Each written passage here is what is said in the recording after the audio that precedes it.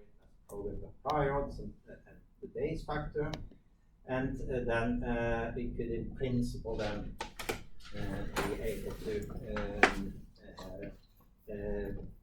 evaluate this marginal density by a Monte Carlo estimate, but it will be very inaccurate.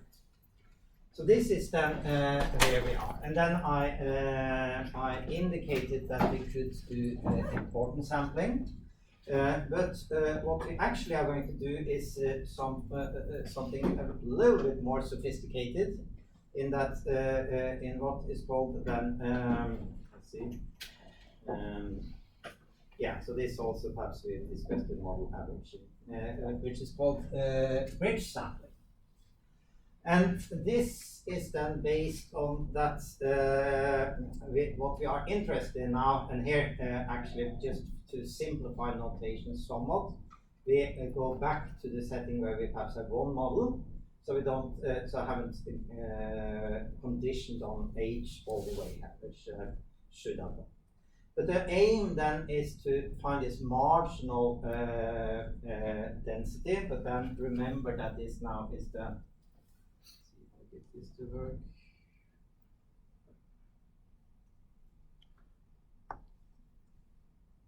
This is actually a y given some model h of j.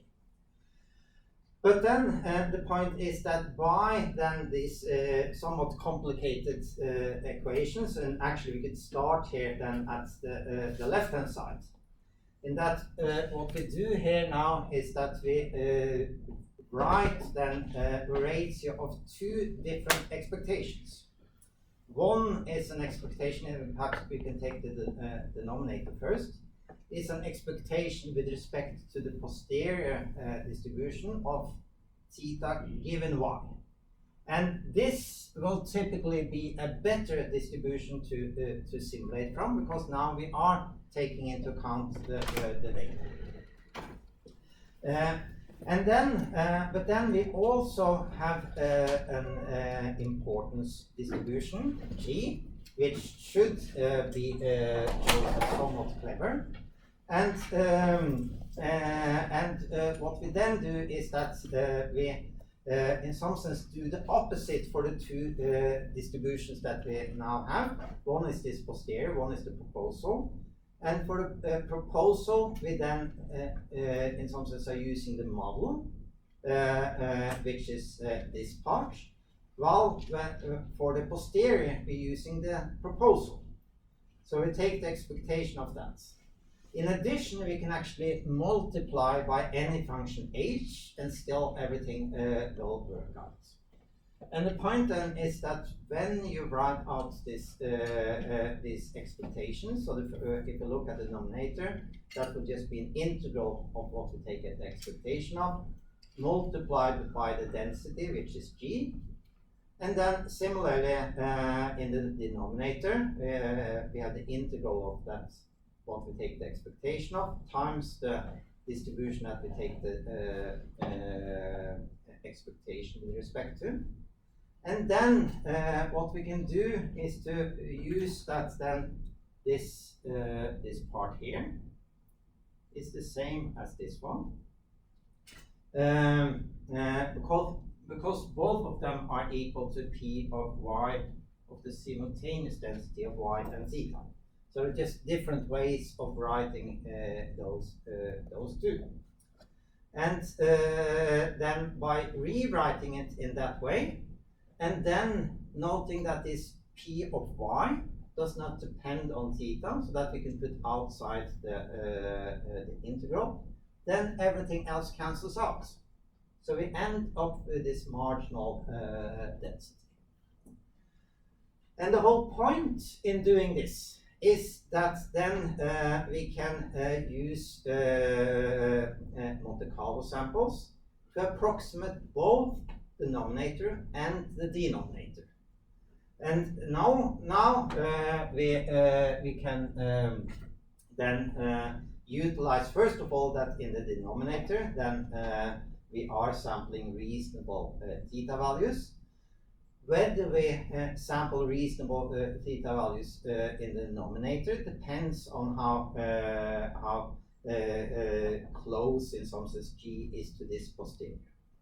So that might depend on the different applications. But note that you could perhaps think that, well, in principle, we could just use G of theta being equal to P of theta given Y. So anyone that can see why we cannot use that in general.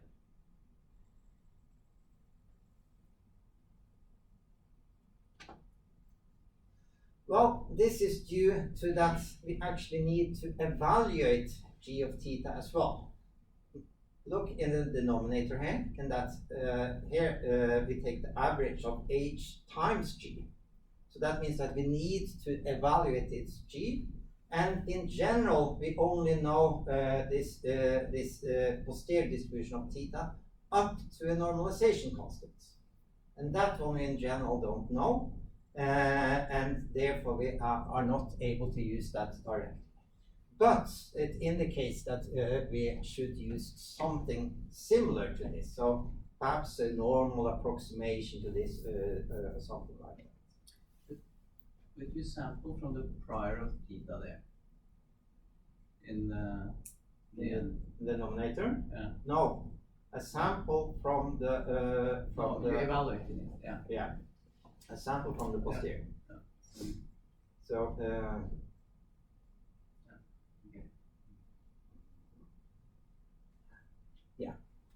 And note that here I'm evaluating this product, but I don't need the normalizing constant in that case. So that's what I need in some sense to do this. Now there is actually 2 degrees of freedom here. One is that we could choose the function G, or the density G, and secondly we can also choose the H function. And that in some sense makes it a bit difficult, but there are then theoretical results saying what the optimal choice of H is, and there is actually also then an implementation in R connected to this Stan software that actually do this directly for us. So we actually don't need to do anything by ourselves. We can just use this these routines available. And let's see if I have that on the next page. Yeah. So let's look more specifically then at an example. So this is then a data set of airline fatalities where we then have the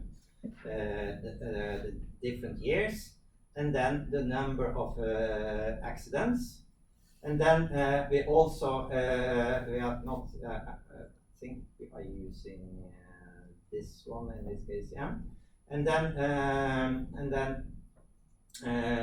but we have to take into account how much activity is it actually within each years. So we have then the number of miles that have been flying for each passenger as well. But the model then in this case, because this is count data, how many events that are happening, so it's a reasonable thing to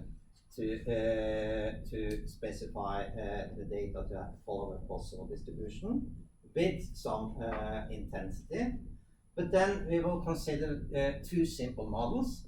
One where we say that, well, there is actually no change from year to year, so there's a constant rate, but we note that we multiply by this amount of flights in order to take into account that the different flight times.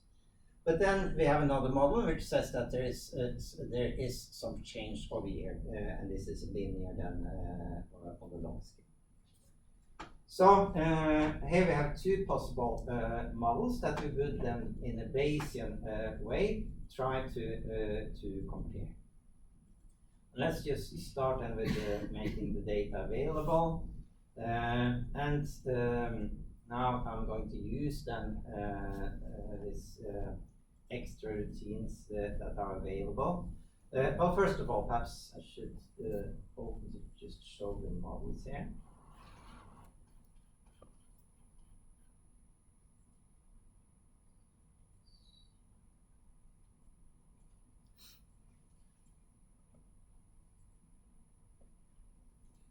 That's the first model. So this is then actually a model where I don't specify at all the parameter, the prior for the parameter, which means that there is some kind of default parameter that is used. And I can actually come into that as well. But let's just fit this. Might take a bit of time. But then what we also then are going to look at is this alternative model. Let's try to open that one as well.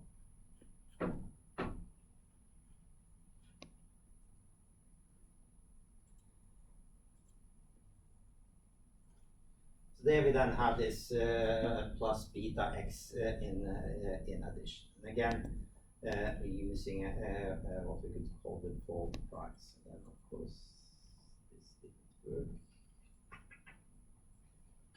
Right, so that fits in. Let's see if I have. Let's try something else.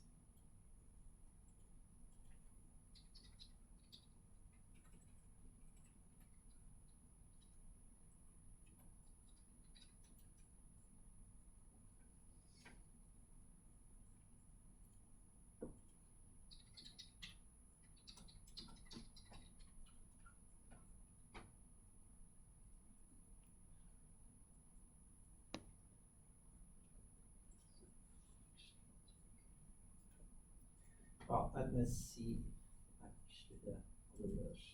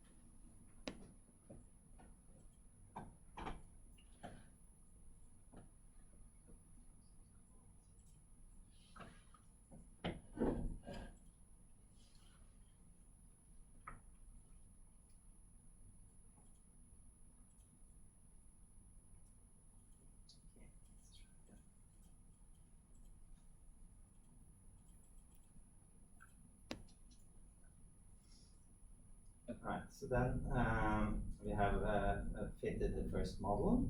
Then we can fit the second model. Bit more time.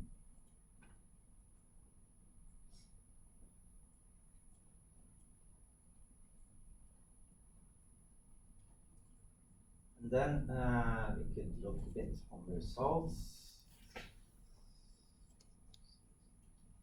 So here, this is then a plot of the two parameters. So we get the histogram of alpha, we get the histogram of beta. Look again that we get this strong negative correlation between alpha and beta, which indicates that we perhaps should have reparameterized the data before we did that. I actually thought I did this.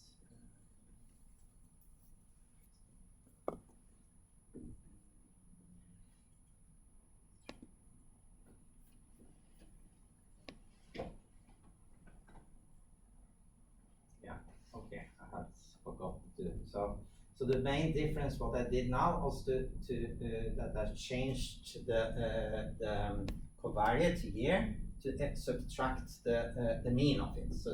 So standardizing it, and then we see a somewhat different picture. And that then we get away this correlation, and that is always useful because strong correlations between covariates can slow down the MCMC sampling. So it's a wise thing to do in all cases. Okay, but then we have this bridge sampling, which we can use then to obtain then marginal likelihoods.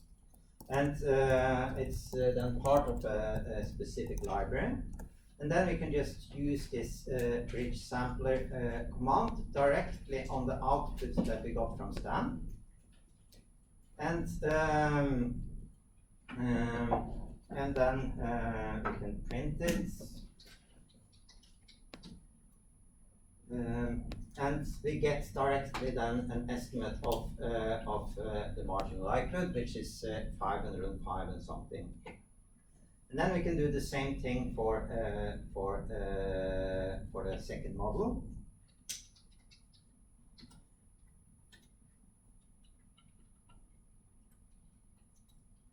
Which then is 513 and something, so somewhat larger.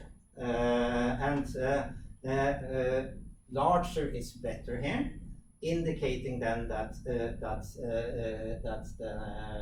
second model is a little bit better.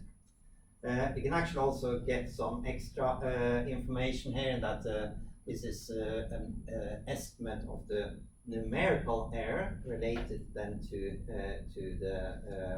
the way we are doing this importance sampling or bridge sampling, and in this case, due to that the models are so simple, they are actually able to do this quite accurately. And we can actually get out somewhat more information by taking a summary. There you see that the relative mean square error is 2 to 10 minus 7, so quite a small what the color errors. And then we can actually, in the end, also calculate the base factor. That's just the ratio then between the two marginal likelihoods. In this case, then this is quite large. That's a bit strange. Right, this is something to keep in mind. It's the log marginal likelihood estimate that actually is the given here, not the likelihood itself. So that means that in order to calculate the base factor, we should take the exponential of what was the second model here?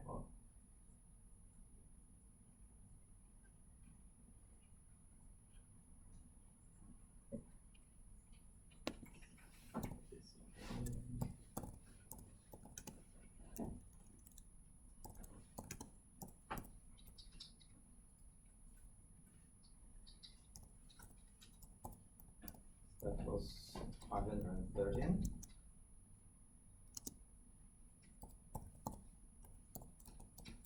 Then divided by 505 something.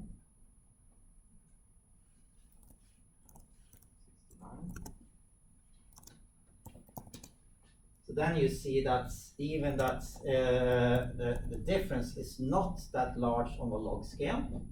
On the original scale, it really matters, and it gives a very clear evidence then on that there is actually something happening over the years, and that then there has been an All that we probably have to see whether it's an increase or a decrease.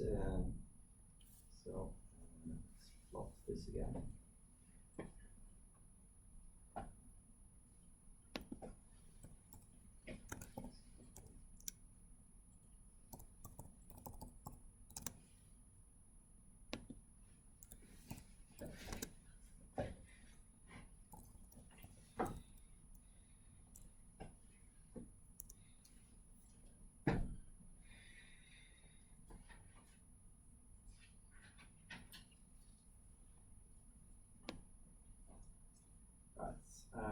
You could probably look at it as I think that beta was estimated to be negative, indicating that there is a decrease that whole time. So that was the fraction of the probability of one hypothesis or one model divided by the other. Yes. It's pretty extreme. Well, it can be extreme if the data really fits the other model well. It indicates that the first model didn't fit the model very good at all. Yeah. So now the prior was a half for each of them, or it was equal at least? Yes. Well, actually, note that so here you see that beta is estimated to be small. Note that what we actually did look at now was the base factor, not the so we only looked at this last term. That corresponds to the posterior, the odds ratio on the posteriors, if we believe that both the models are equally likely. That's why I asked why what was the prior. Was it equal? But what is typically done then is in many cases is to only report then the base factor. Then you could yourself in some sense view what kind of belief you have in the different models. Okay. But in this example, the prior odds were 1. No, I only calculated the base factor. So I didn't. So I only. Yeah, I know. But okay. So then I actually haven't made a choice of that. That I can do, and if I choose then those to be equal, then I end up with the same thing as the base factor. And you would have chosen them to be equal. Yeah.